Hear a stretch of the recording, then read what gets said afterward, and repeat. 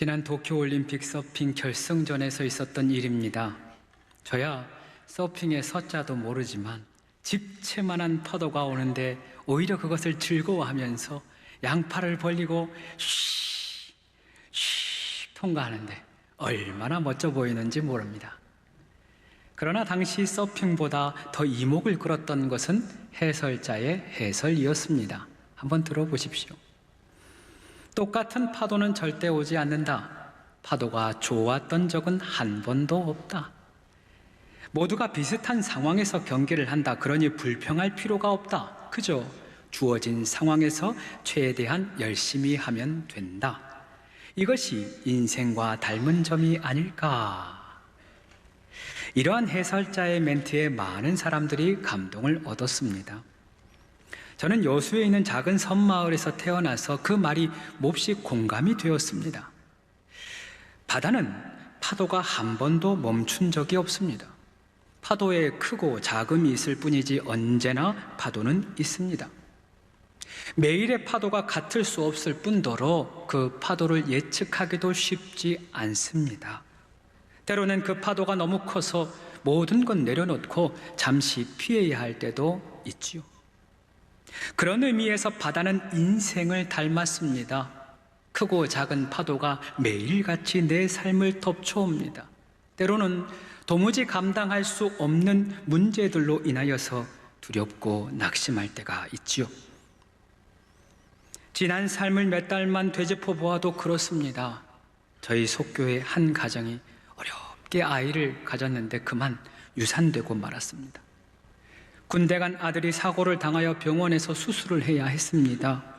얼마 전까지 암으로 투병하였는데 이번엔 또 다른 부위에 암이 발견됩니다.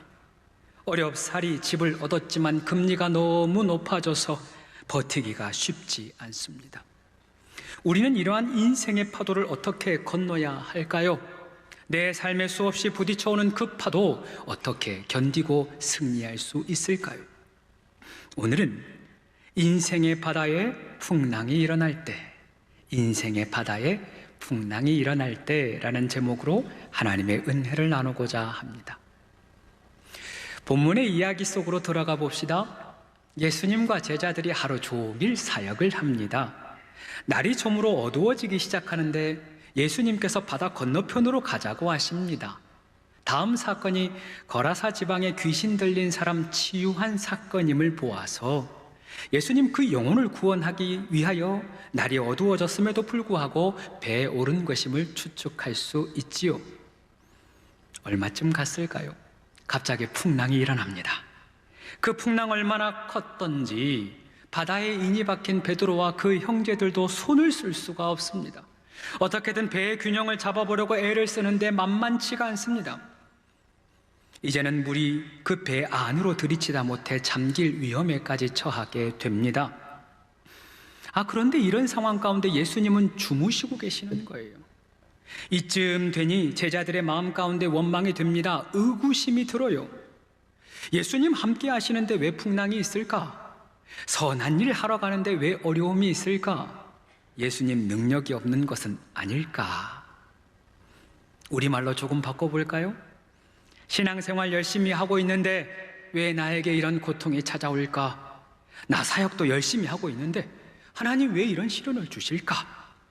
하나님 날 사랑하신다는데, 나를 복 주신다는데 왜 이런 어려움이 있을까?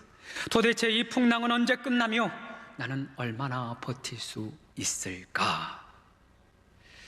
풍랑을 견디는 것 자체가 고통이요, 도무지 끝나지 않을 것 같은 그 두려움, 그 불안감, 이 모든 것이 우리의 마음을 짓누릅니다. 우리는 이때 어떻게 해야 할까요?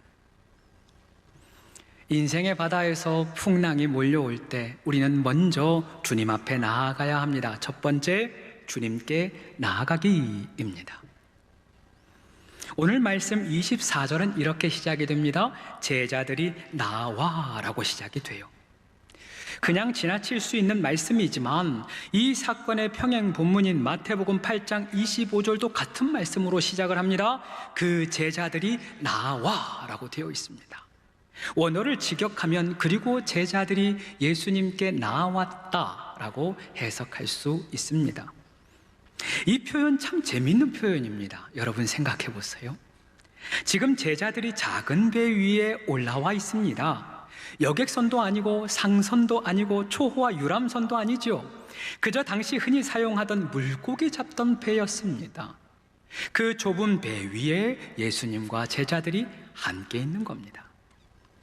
큰 파도로 인해 얽히고 설키면서 이미 예수님과 제자들의 몸이 부딪히고 있습니다.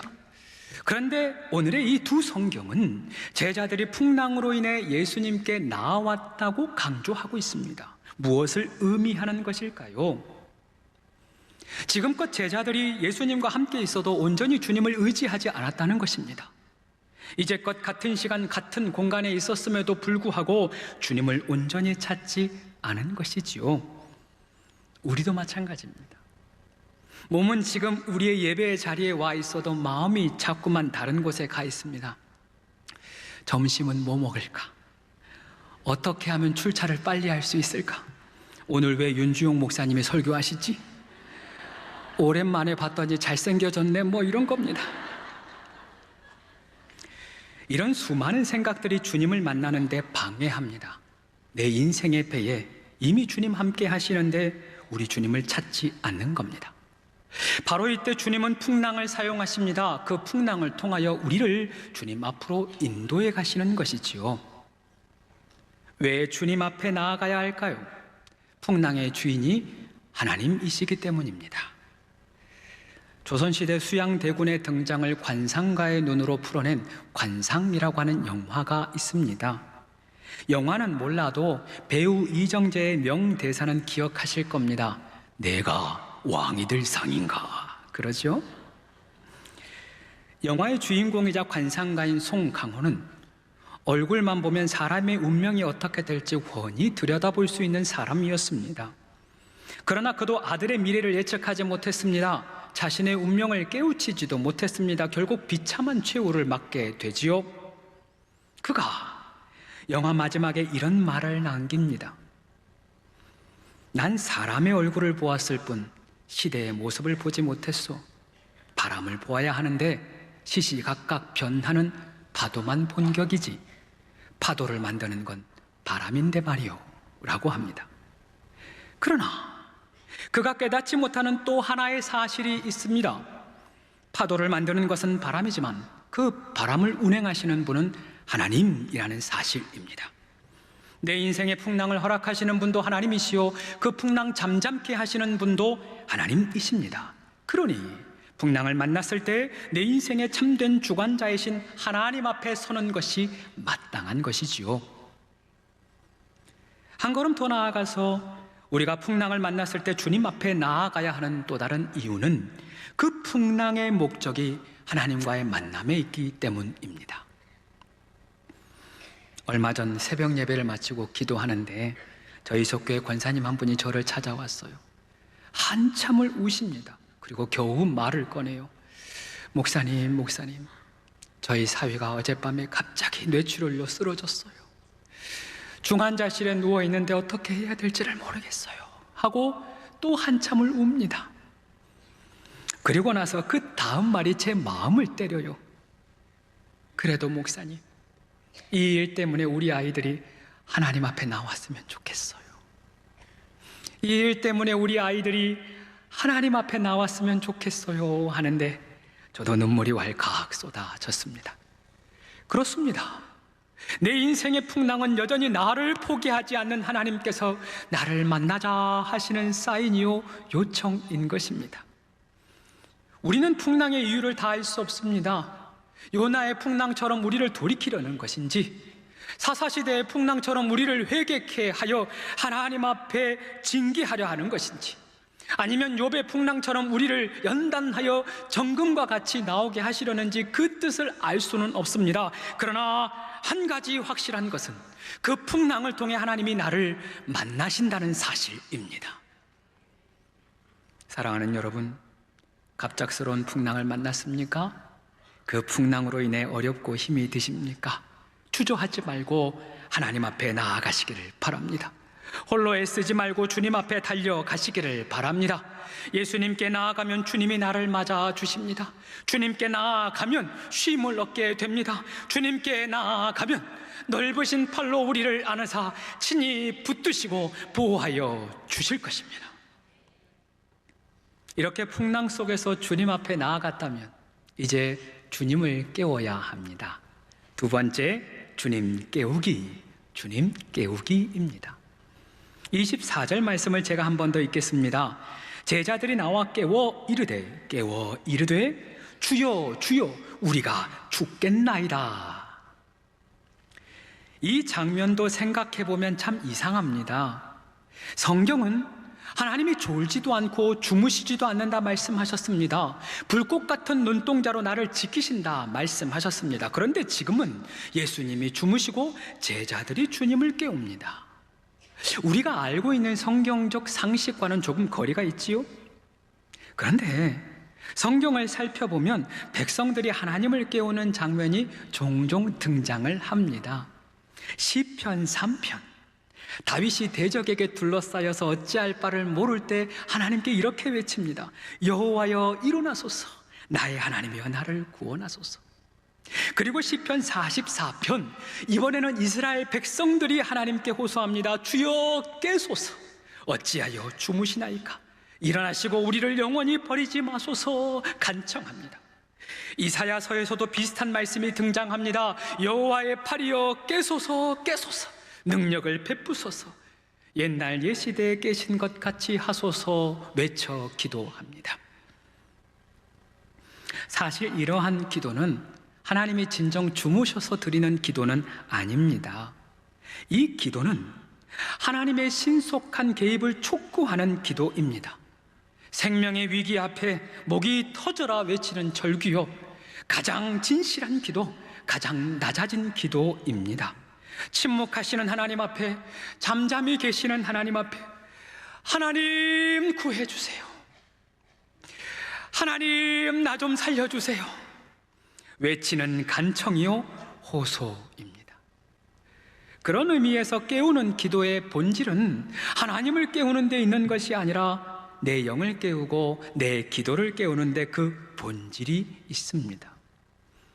그동안 기도하지 않았던 나, 하나님 없이 살려고 했던 나, 내 힘으로 살려고 했던 나, 영적으로 잠들어 있던 나, 그 바로 나를 깨우는 기도인 것이죠. 우리의 믿음의 선배님들은 힘든 일이 생기면 먼저 무릎을 꿇었습니다. 우리의 어머니들도 삶이 고달프고 힘든 인생길 걸어갈 때면 새벽을 깨우고 밤을 새워서 기도했더랬지요. 그 기도 덕분에 우리가 여기까지 온 것이고, 그 기도 덕분에 우리가 살고 있는 것입니다. 그러나 정작 우리의 세대는 그 기도를 잃어버렸습니다. 절박한 기도를 잃어버렸습니다. 간곡한 기도를 잃어버렸습니다. 위대한 기도자 E.M. 바운즈는 그런 우리를 향하여 다음과 같이 외칩니다. 우리에게 낭비되는 기도들이 너무 많다.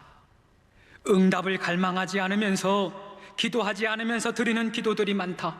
여기서부터 주목해 보세요. 우리가 기도의 끈을 놓지 않고 인내하며 기도하는 이유는 그래야 살 수 있기 때문이요, 응답받지 못하면 죽기 때문이다. 지난해 별세하신 영적인 거장 딤 켈러 목사님이 계십니다. 교회의 부흥을 경험하고 목회자로서 또 신학자로서 명성을 알리고 있을 때 갑자기 암이라고 하는 불청객이 찾아옵니다. 암을 치료하면서 수술하면서 또 투병 생활을 이어가면서 목사님의 삶에 가장 먼저 일어난 변화는 바로 기도였습니다. 매일 아침과 저녁으로 온 힘을 다해 기도합니다. 매일같이 기도하되 큰 기대와 큰 소망 가지고 전심으로 기도합니다. 그렇게 쓰여진 책의 제목이 기도라는 책입니다. 그 1장이 이렇게 시작이 됩니다. 인생 후반부에 들어서야 기도가 무엇인지 제대로 알았다. 기도 말고는 달리 도리가 없었다. 기도 말고는 답이 없었다.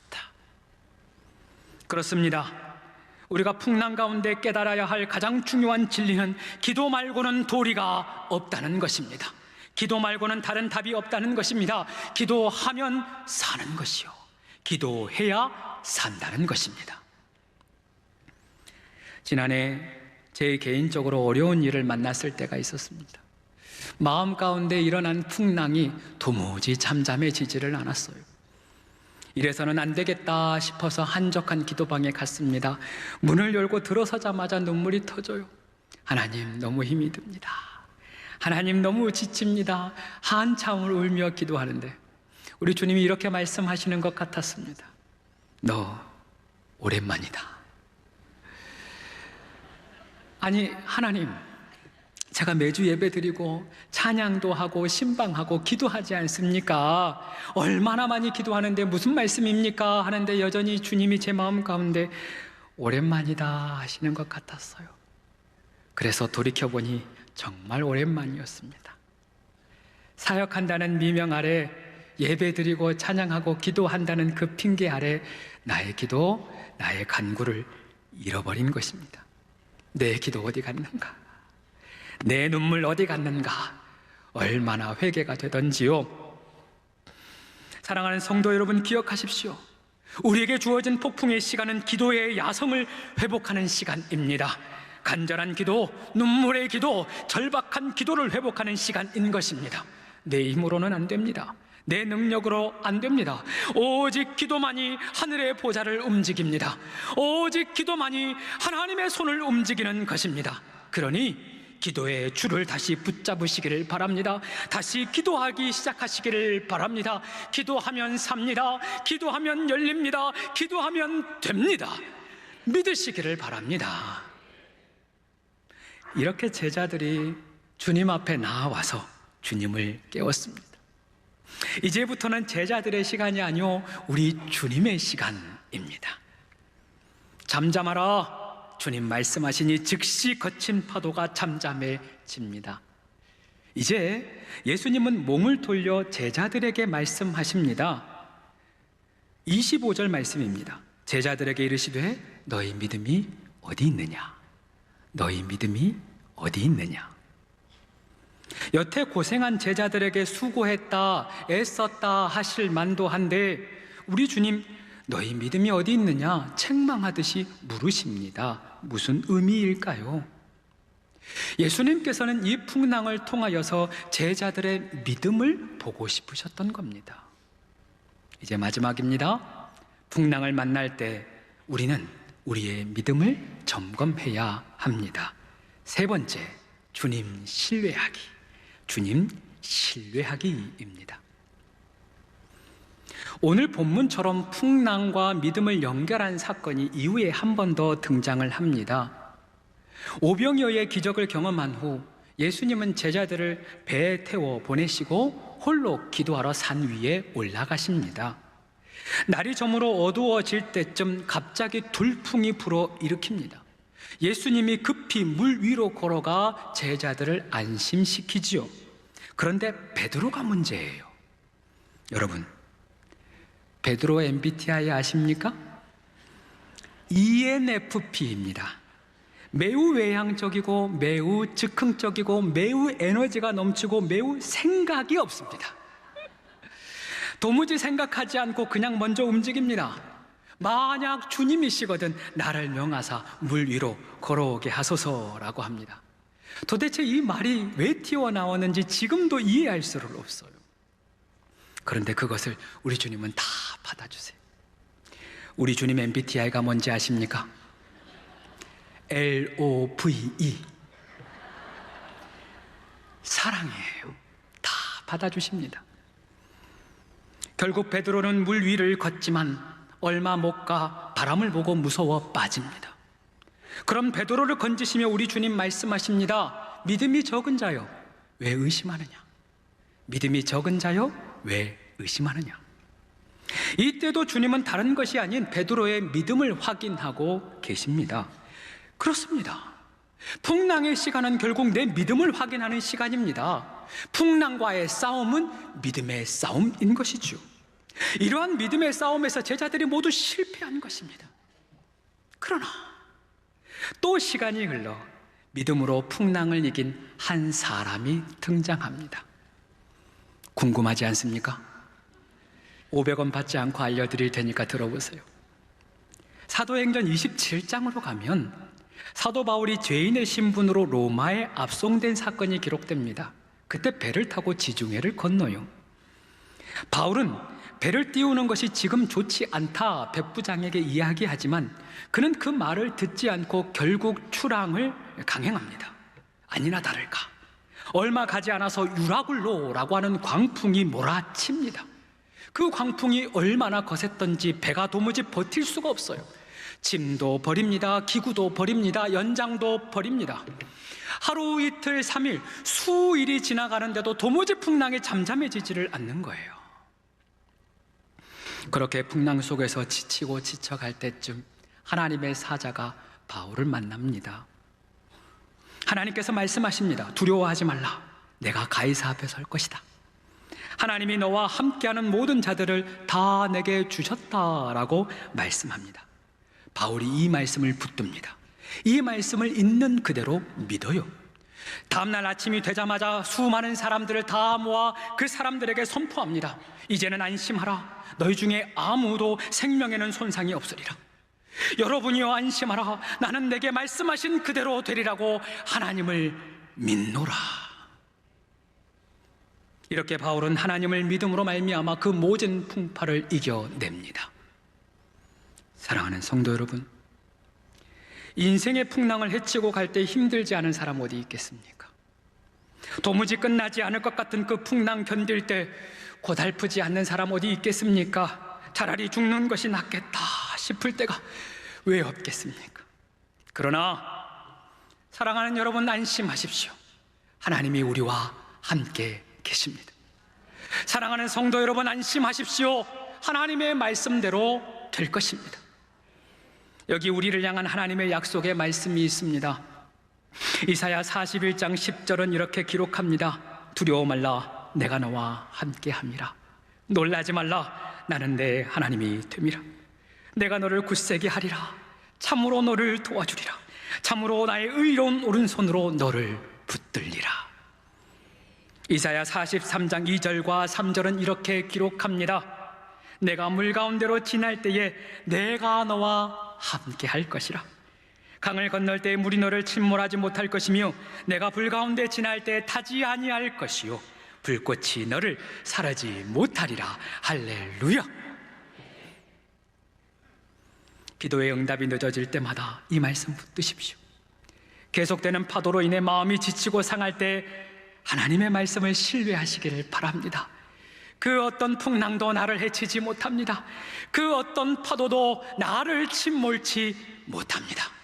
하나님이 나와 함께 하심을 믿으면 어떤 역경도 이길 수 있는 것입니다. 하나님의 동행하심을 믿으면 어떤 고난도 견딜 수 있는 것입니다. 그래서 우리가 찬양하지 않습니까? 힘을 내세요, 힘을 내세요. 주님이 손 잡고 계시잖아요.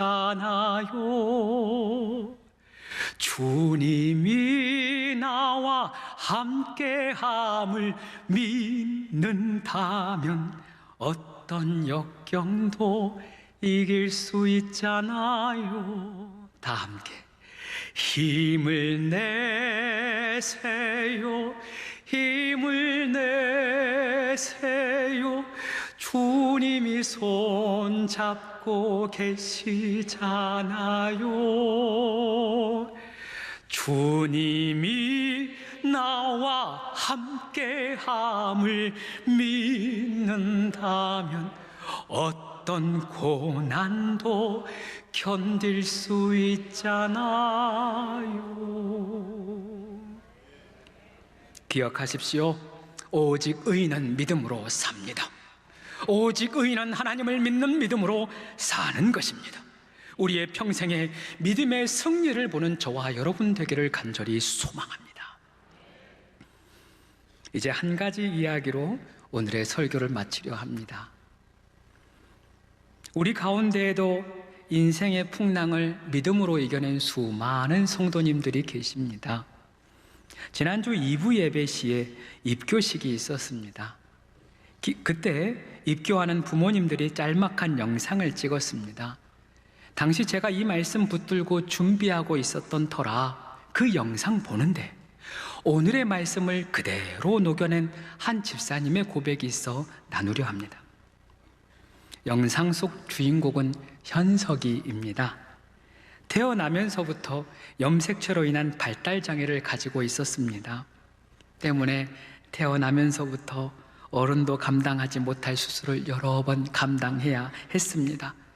작년 연말에도 큰 수술을 했습니다. 지금도 회복의 과정 가운데 있습니다. 사실 입교 준비 다 했지만 그 전날 몸이 너무 아파서 입원을 하는 바람에 입교를 못했어요. 지금도 아마 병실에서 이 말씀 듣고 있지 않을까 싶습니다. 부모님의 이름은 이재성 집사님과 남주영 집사님입니다. 주용 말고 주영. 처음 한소망교회에 와서 예배를 드리는데 이런 마음 주셨답니다. 하나님이 이 시련을 통해 기도하라고 하시는구나. 하나님이 기도의 자리로 나를 이끄시는구나 하는 마음이 들었답니다. 그 마음으로 기도하면서 또 버티면서 지금껏 11년을 또 살아온 겁니다. 그 긴 시간 동안 왜 힘들지 않았겠습니까? 기도해도 도무지 변화되지 않고 여전히 아픈 현석이를 바라보면서 그 부모의 마음이 어찌 찢어지지 않았겠습니까? 그런데 입교하는 현석이 바라보면서 남주영 집사님 이렇게 이야기하시더라고요. 현석이가 아프지 않았다면 기도하지 않았을 겁니다. 세상적으로 나갔을 겁니다. 아니 어쩌면 하나님을 찾지 않는 사람이 되었을 겁니다. 현석이를 낳고 현석이를 돌보면서 드는 생각이 하나님께 붙어서 살아라 하시는 것 같았습니다. 하나님 앞에서 간구하며 살아라, 하나님 앞에서 평생 기도하며 살아라 하시는 것 같았습니다. 이제 저는 평생에 하나님이 지켜주실 것이라고 믿고 힘 닿는 데까지 살아가겠습니다. 그렇게 이야기하는 거예요. 그 집사님의 고백이 마치 하나님의 응답과 같이 들려졌습니다. 아들아, 내 앞에서 살아라. 평생 나와 함께 하자꾸나. 아들아, 기도해야 네가 산다. 평생 기도하며 살자꾸나. 아들아, 내가 너를 사랑한다. 내가 너를 붙든다. 평생 믿음으로 살자꾸나 하시는 것만 같았습니다. 사랑하는 성도 여러분, 우리에게 주어진 고난의 이유를 우리는 다 알 수 없습니다. 지금은 앞이 보이지 않고 막막하고 답답합니다. 그러나 기억하세요. 하나님은 이 모든 것을 합력하여 선을 이루어 주실 것입니다. 이 풍랑마저도 순풍되게 하시사 하나님의 기적을 만들어 가실 것입니다. 그러니 풍랑 가운데 주저하지 말고 주님 앞에 나아가시기를 바랍니다. 날마다 주님 앞에 떠나지 마시기를 바랍니다. 기도해야 내가 삽니다. 기도하지 않으면 죽습니다. 기도밖에는 다른 대안이 없습니다. 다시 간절한 기도, 간곡한 기도를 회복하시기를 바랍니다. 무엇보다 하나님을 끝까지 신뢰하십시오. 하나님 말씀하십니다. 두려워 말고 믿기만 하라. 두려워 말고 믿기만 하라. 믿음대로 될 줄 믿습니다. 인생의 바다에 거친 파도를 우리 주님과 함께 승리하는 우리 모두가 되기를 축복합니다.